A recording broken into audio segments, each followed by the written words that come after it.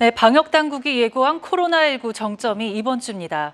코로나 자가진단 키트를 찾는 사람이 점점 늘면서 지난주 편의점과 약국에서 품절 사태가 나기도 했는데요.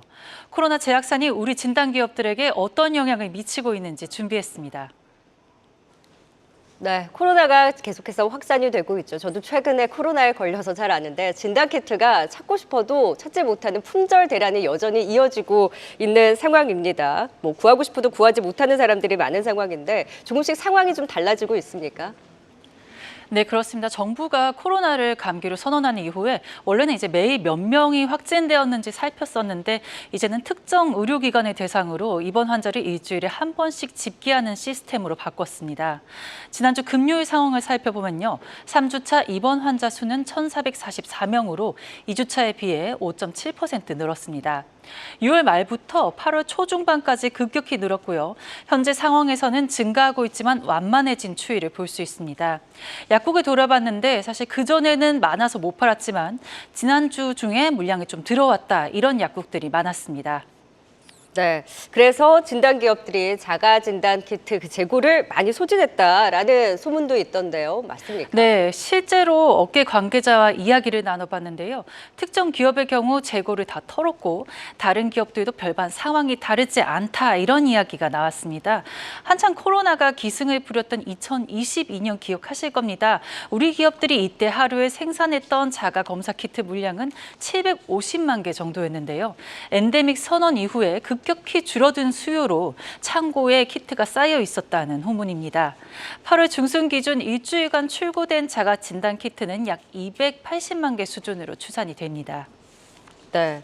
자, 지금 진단키트 업체들 안에서도 좀 희비가 엇갈린다고 하는데요. SD바이오센스, 휴마시스 등 진단 분야 기업들 좀 긍정적으로 좀 그러한 수혜 그리고 이러한 코로나 발발로 인한 조금 더 그 흐름을 가져갈 수 있다라는 이야기들이 있지만 꼭 그렇지만도 않다라는 또 일각의 이야기도 있습니다. 이거 어떻게 해석을 해야 되나요? 네, 아무래도 이제 기업들 자체에서도 3, 4분기에 일시적 매출 반영 이렇게 보는 곳이 좀 많습니다. 냉정하게 봤을 때 코로나 자체로는 예전 같은 호실적을 내기 어렵다는 전반적인 업계 분위기고요. 전처럼 생산량을 대폭 늘리기에는 다시 재고 부담을 떠안을 수 있어서 풀캐파로 가동할 일도 없다고 합니다. 거기다 자가 진단 키트가 아닌 전문가용 PCR 분자 진단을 주로 하는 기업은 이번에 일시적 매출 반영에도 큰 영향을 받지 않는다는 설명입니다. 과거와 달리 병원에서 확진 진단을 받는 사람이 거의 없어서 그런데요. 팍스로비드처럼 치료제 처방을 받기 위한 목적일 때 정도만 PCR 검사를 통한 확진이 필요한데 이마저도 65세 이상 등의 고위험 군일 때만 가능하기 때문입니다.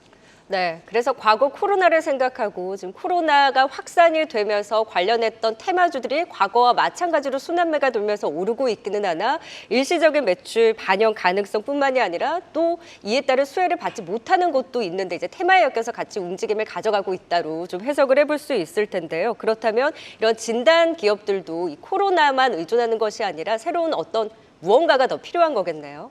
네, 그렇습니다. 이제 시젠이나 SD바이오센서의 2분기 실적을 살펴보시면요. 전년 동기 대비 개선된 매출과 영업 손실을 보여주는데요. 이들의 공통점이 비코로나 제품군이 두각을 보였다는 겁니다. 진단 제품군의 확대 외에도 최근 바이오다인의 케이스처럼 진단 업계에선 생소한 기술 이전 등의 성과가 추가적으로 나와야 할 필요가 있다는 지적입니다.